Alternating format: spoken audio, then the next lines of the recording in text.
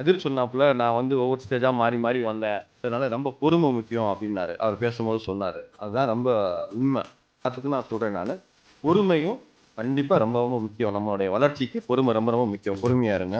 அடுத்து சிறப்பு விருந்தினர பத்தி பேசணும்னா, நான் இவங்கள ஏன் சிறப்பு விருந்தினரா கூப்பிட்டேன்னா, இவங்கள விட ஒரு சிறந்த முன்னுதாரணம் உங்களுக்கு யாருமே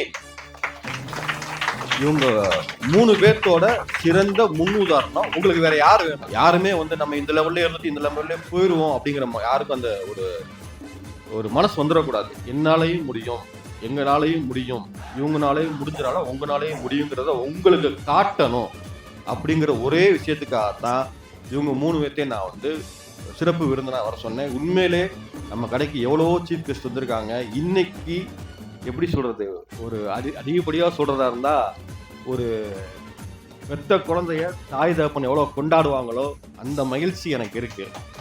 ஏன் எங்க எங்க கடையில எங்கள்கிட்ட இருந்து எங்க அண்ணன்ட்ட இருந்து வந்தவங்க எனக்கு ரொம்ப மகிழ்ச்சியா இருக்கு. ரொம்ப தேங்க்ஸ்.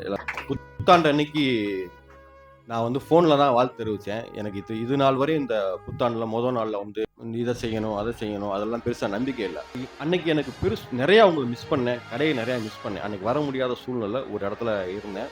வர முடியாத சூழ்நிலை. அப்போ தான் யோசித்தேன், நம்ம எதை விரும்புகிறோமோ, எதை நேசிக்கிறோமோ, அதை ஒரு நல்ல நேரத்தில், ஒரு நல்ல டயத்தில் அதை நம்ம மிஸ் பண்ணுவோம் அப்படிங்கிற மாதிரி உண்மையிலே அந்த தேடல் இருந்துச்சு. இங்கே இருந்த நம்ம நண்பர்களையும் நம்ம கடையையும் புத்தாண்டு அன்னைக்கு நிறையா மிஸ் பண்ணேன். ஸோ வந்து ஃபோனில் தான் சொன்னேன், இப்போ நேரில் சொல்லிக்கிறேன்.